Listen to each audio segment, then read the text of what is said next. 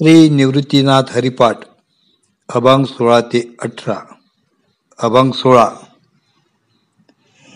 मोहाचे नि देठे मोहपाश गळी, कैशिनी गोपाळी स्मरता भोय. मोहाचे मोहन चिंतिता श्रीहरी, वाईजू भीतरी अवघा होय. दिनशी नाम जपता श्रीहरीचे, मग या मोहाचे मोहन नाही. निवृत्ती आगम मोहन साधन, सर्व नारायण एका तत्वे. अर्थ: जो मोक्षाची इच्छा धरून मोहात गुंतला त्याला गोपाळांचे स्मरण कसे होणार? श्रीहरीचे स्मरण करण्याने मोहाचे मोहकपण नाहीसे होऊन आत बाहेर सर्वत्र हरीच दिसेल. रात्रंदिवस श्रीहरीचे नामस्मरण करण्याने मोहबंध नष्ट होतात. निवृत्तीनाथ म्हणतात, मतीला पडणारा मायेचा मोह दूर करण्याचे साधन मला मिळाले आहे.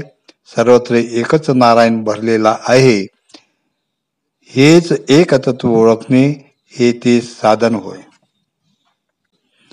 अभंग 17. तिमिर पडले प्रपंच हा भासे, जाकलेला दिसे आत्मनाथ.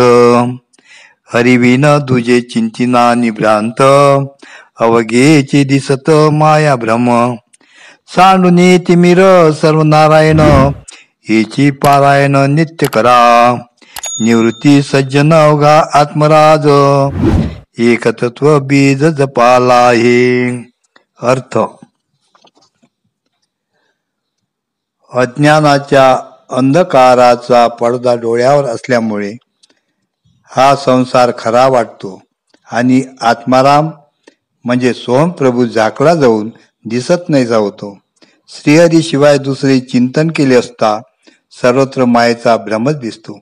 यासाठी हा अज्ञानाचा अंधकार टाकून सर्वत्र नारायणच भरलेला आहे. त्याचे पारायण नामस्मरण नित्य करीत जा. निवृत्तीनाथ म्हणतात, सर्वत्र सर्वाठाई आत्मराजच राहतो असे मानून एक तत्व बीजांचा मी जप करतो. अभंग 18. प्रवृत्ती निवृत्ती या दोन्ही सहज, जनिमनी काज करुनी असती. नारायण नाम जपताची दोन्ही, एक तत्वी करणे सांगिचे गुज. आशेचे विलास गुंफुनी महिमा, तत्वी तत्वसीमा निज ज्ञाने. निवृत्ती तत्वता मनाचे मोहन, नित्य समाधान राम नामे. अर्थ: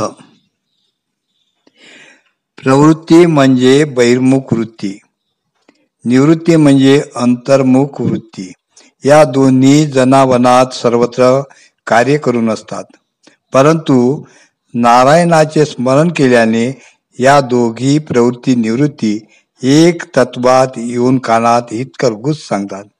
आशेच्या विलासात वागत असता त्यातच हरिनामाचा जप करावा, म्हणजे आत्मज्ञान प्राप्त होऊन खरे एक तत्व कळून येईल. निवृत्तीनाथ म्हणतात, मनाचे मोहन वासनेच्या विकाराच्या सर्व वृत्ती मी गिळून टाकल्या आहेत आणि नित्य रामनाम जपात समाधान मानित आहे. जय गुरु.